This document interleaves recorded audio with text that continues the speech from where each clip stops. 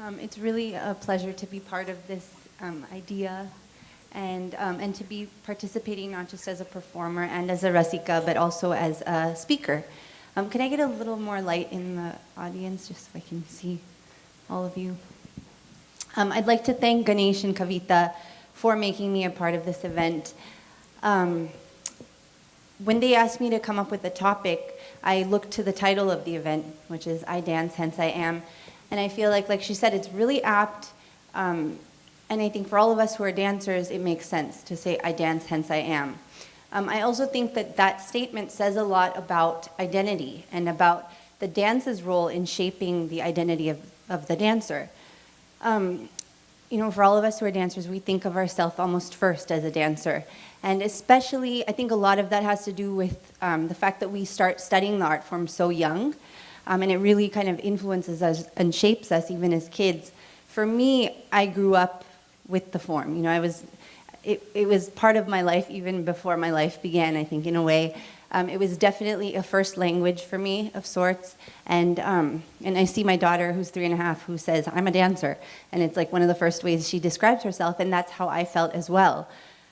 And I think what makes classical dance kind of unique and different, classical Indian dance, is that it doesn't just come with a technique or a repertoire or a movement vocabulary. It's like this whole world that comes with characters and with mythology and drama and emotion and philosophy and relationships.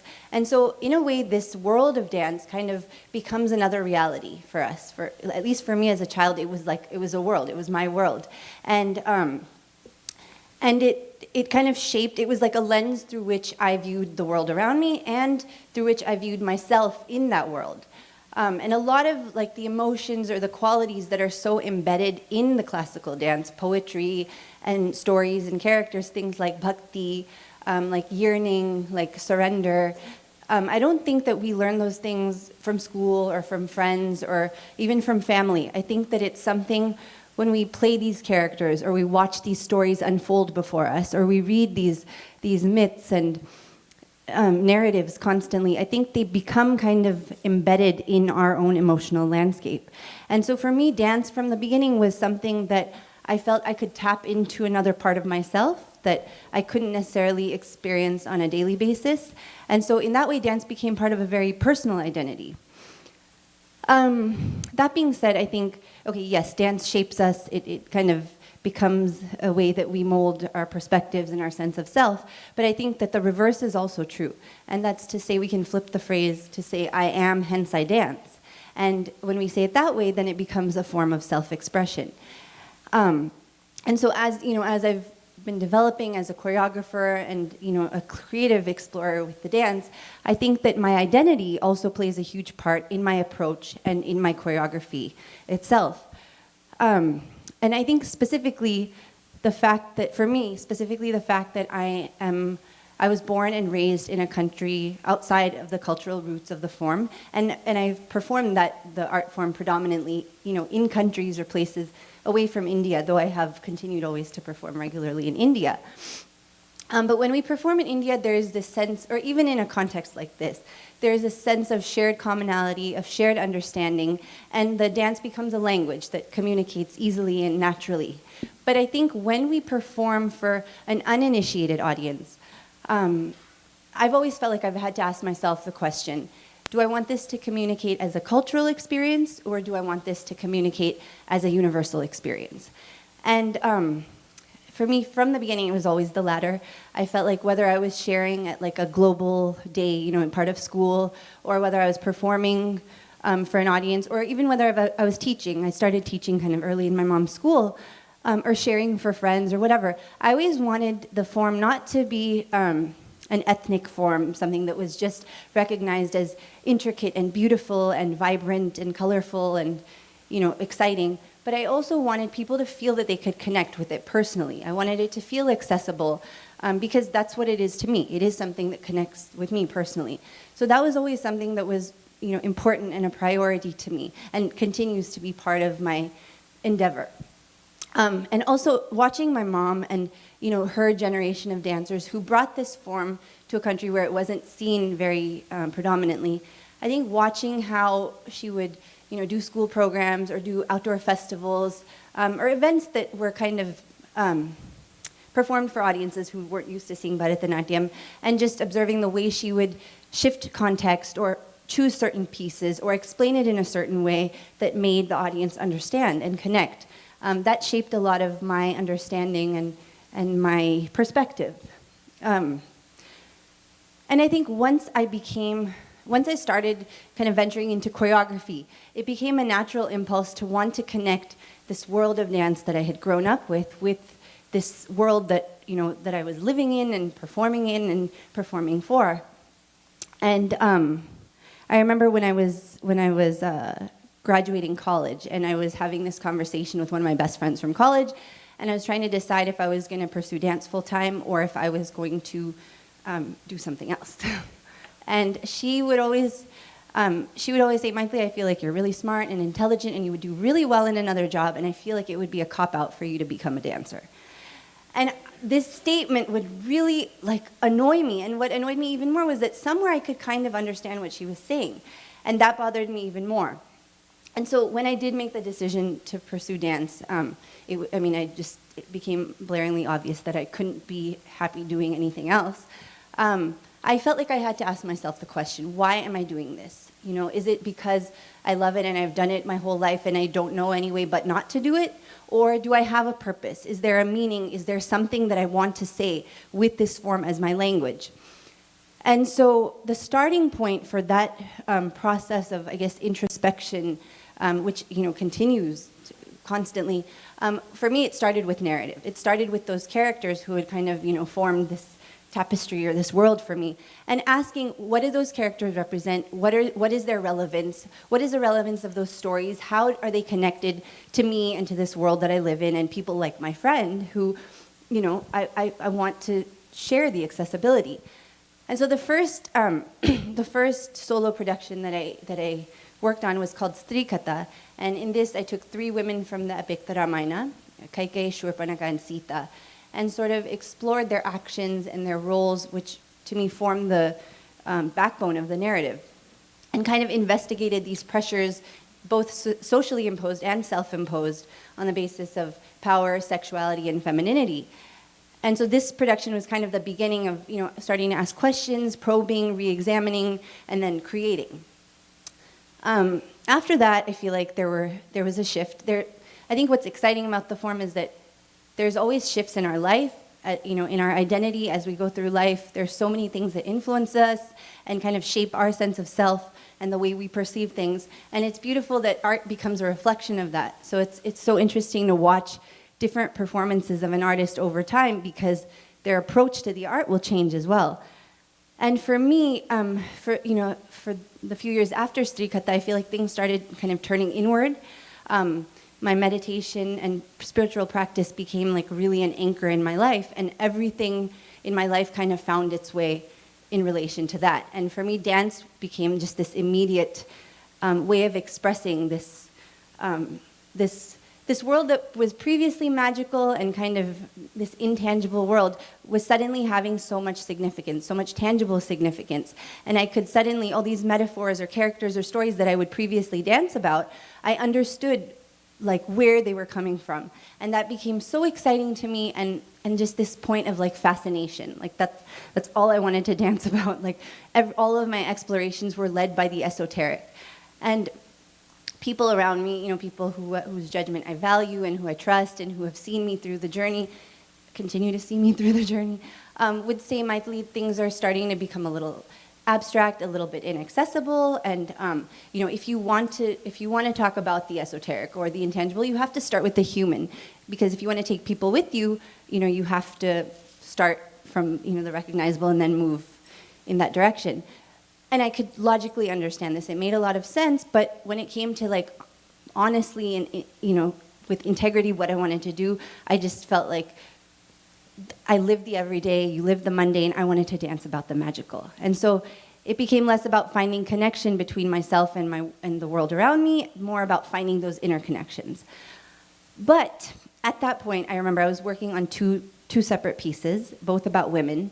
One was in collaboration with an artist, Gauri Ramnarayan, who had conceptualized and scripted a production on Yashoda, who is the wife of Gautama Buddha.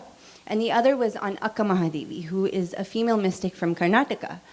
And they were both considered journeys of enlightenment, journeys of enlightenment, but two very different kinds of stories. Yashoda was, it detailed her story from the time that Siddhartha leaves her to the time he returns as the Buddha. And it was a lot about angst, a sense of betrayal, of loss, of a deep fragility and vulnerability.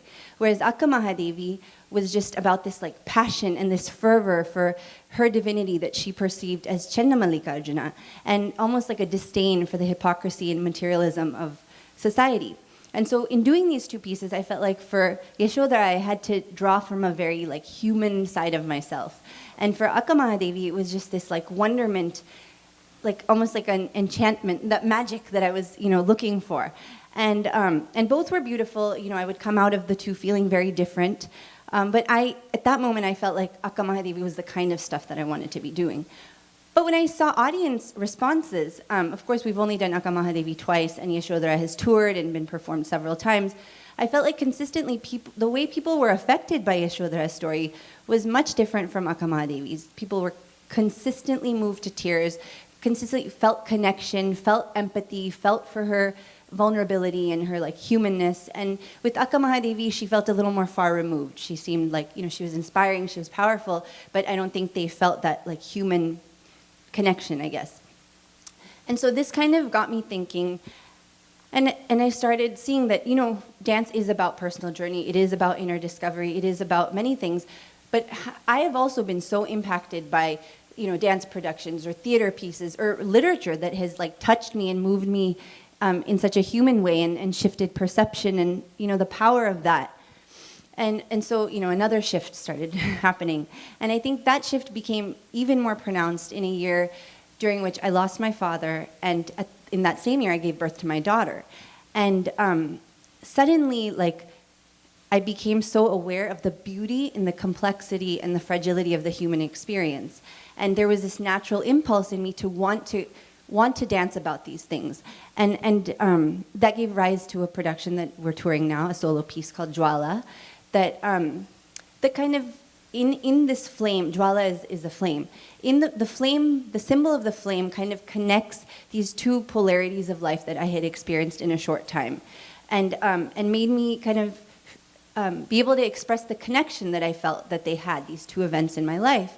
The idea that the flame simultaneously burns as it illumines. It makes it, at once, it's about destruction and shedding and release and saying goodbye, but on the other hand, it's also about hope and celebration and new beginnings and light and joy. And so this piece, Drala, kind of weaves through the various worlds that I inhabit, from the cosmic to the worldly to the mythical to the spiritual. And so it was kind of the first time that I felt kind of an autobiographical like influence coming into my work, which previously it hadn't really.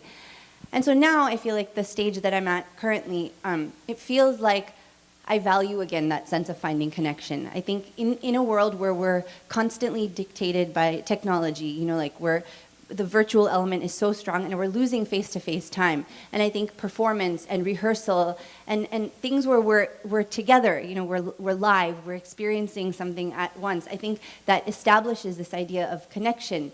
And also to say, our world is so fragmented. Maybe it's always been this way, but it feels like it's increasingly so. It's so fragmented, so divisive, and we're so aware of the differences more than the humanity that unites us. And so if we can take a cultural form like Bharatanatyam and have the universal essence sort of be the central focus and have the language, this magnificent language of dance, be incidental, I think that is so powerful. And that's what I want to keep, moving towards in my choreography and my intent in my approach. So just, I'll just give you examples of the kinds of things I'm working on. There are two pieces I've worked on with my brother, who is a vocalist and kind of has the same identities or associations that I do. We find a lot of similarity and closeness working together. A a piece that we worked on was called Mara. It's a group production, and it's inspired by a character from Buddhist folklore, but in our interpretation, Mara is the mind. So it starts from a very personal place, something that's experiential, but something that anybody can relate to, from before Buddha to now. And so that universality, that identity is strong. On the other hand, we worked on another piece called Sanctuaries that was commissioned by a group called Kalapriya in Chicago. And it was in celebration of the fact that Chicago is a sanctuary city during this immigration situation. And so we took a tale of animals. It was an allegory, but it was inspired by a French town that took refugees in during the Holocaust. And even though that was sort of the inspiration, it's also about this ongoing refugee crisis, the immigration, the marginalization, the oppression, the cruelty, and a sense of apathy that we're facing today, and a desire for empathy and compassion. It's like working on these pieces as well, working on something like Sanctuaries, I felt like, watching the news or reading about things that are happening is very different from when you are enacting characters, you are embodying characters, and you have an entry point into their thought and their emotions, and it really enhances this feeling of empathy within you. It becomes something that feels closer to home, and even the experience of communicating that with the audience. There's something powerful that happens, is how I felt through the experience. And then, right now I'm working on 2 other pieces. One is about time, and it's just this idea that, like, it connects with the philosophical, because in philosophy and even in quantum physics, time is illusion. There's no such thing as the past or the future. There's only the present. And even just as a person, this idea of feeling so dictated by time, like as a dancer whose body's changing, whose age is always going to be a factor, and also as a mother whose kid is always changing and growing, and you feel like you want to hold on to time, and you remember things and you worry about the future, but the present is just like that struggle to stay in the present is really what this piece is about. And I'm also working on another piece on the dichotomy of womanhood. It started off as an exploration of Avarna Mate, which is a piece that we all know. It's familiar. I've blogged about this, so I don't know if you guys have read about that, but it's very influenced by the social political climate and everything that we're experiencing and hearing about the treatment of women, the simultaneous worship and glorification of womanhood and femininity and the goddess, but the simultaneous degradation and just really backwards practices and things that are prevalent, not just in India or other countries, but even here, everywhere, all over the world. And so, while I'm working on all of these things that I feel like really speak about my identity and things that affect me, both on a personal level and in a very, social sense, we ask ourselves, where does the Margam come in? Or where does the repertoire come in? Today, all of us have done sort of the classical pieces. I'm going to present, a classical repertoire. And I read somewhere recently where somebody said something about how classical dance invokes an old world reverie that maintains a distance between, reality and classicism. And I feel like that's not true at all. That's not how I feel. I think that yes, the Margam and the repertoire was probably created with a certain aesthetic in mind. At a time, whether it was for temple ritual or in the courts, or courtesans dancing for patrons. And so for me personally, I think it's up to each individual dancer to see what speaks to them. For me, there are padams and javalis that I don't feel I can personally identify with, that feel more like period pieces or character pieces. But there are so many pieces that feel like they were written by poets centuries ago or even 20 years ago, and they're done by all of us classical dancers. But it's interesting to see how we're each able to relate to it in a certain way. And for me, earlier this year, I was working on this timepiece just for a month, just going to the studio every day, just working. And suddenly I was like, okay, I just feel like practicing Margam, and I practiced a Varnam after a month of not doing a Varnam. And there just felt this sense of comfort and completion, and like I was coming home after a long time of being away, or eating a home-cooked meal after a long time of, eating out. And I just wondered, what was it about that? Was it a sense of familiarity? Was it doing something that was more internalized after having working on something that's so kind of outside of comfort zones, or, working with unknown territory? Was it being able to do a jati, just enjoying the jati without thinking about what the jati represents or what I'm embodying. And I think it was all of this, but it was also the fact that the piece, the piece that I'm talking about is the piece I'm going to present this evening, the Varnam Innum Yanmanam.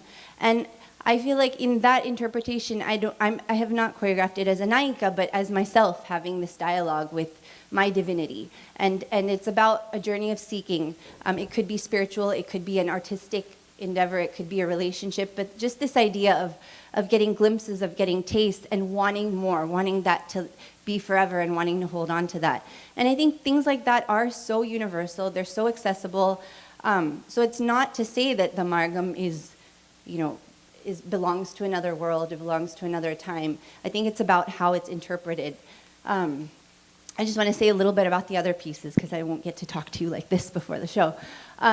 The first piece we've chosen is Shiva Shakti, and this feels very different from the piece that I'm working on womanhood, because that is about the woman and the everyday and this dichotomy between the goddess and between the woman or children, or, whatever is happening around us today.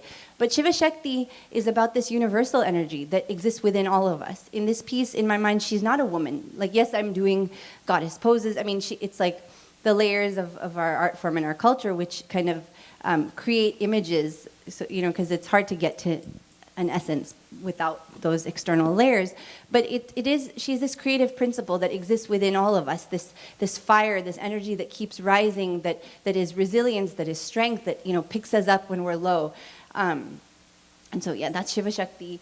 And then even pieces like one of the Abhinaya pieces I'm going to do is Rusali Radha, which is a playful piece, an Abhinaya piece that finds itself a lot in the traditional repertoire. For me, this I feel like this connection with nature is also something that we're losing as like people and as a society. I think having a kid and spending a lot of time outdoors and like looking at bugs and plants and animals and just seeing the life that surrounds us and seeing that we're so connected to it, I think it's so naturally there in our classical poetry, in our classical works. When the lover doesn't text her beloved, she whispers her message to a bird or like sends it with the clouds or with a river. And so we're so connected to nature, and it's so kind of in all of our classical pieces. And then yeah, just the other pieces, Amira Bhajan, which is very much about things that are happening today. It talks about Draupadi and about a situation that I think is constant. What happens in a court with people in power watching people, sages, kings, and nobody says anything, nobody does anything, to me speaks of what's happening today, a certain apathy and just horrific things. But in conclusion, I just want to say that arts and identity are so interlinked, and there is room for everything. There is room for the classical repertoire. There is room to push boundaries, to push structures. And I think as long as we kind of maintain that integrity, maintain that honesty, and find connections, make whatever we're doing, living, and infuse it with our own energy and thought process, I think that our dance is a language of the present tense. So thank you for listening.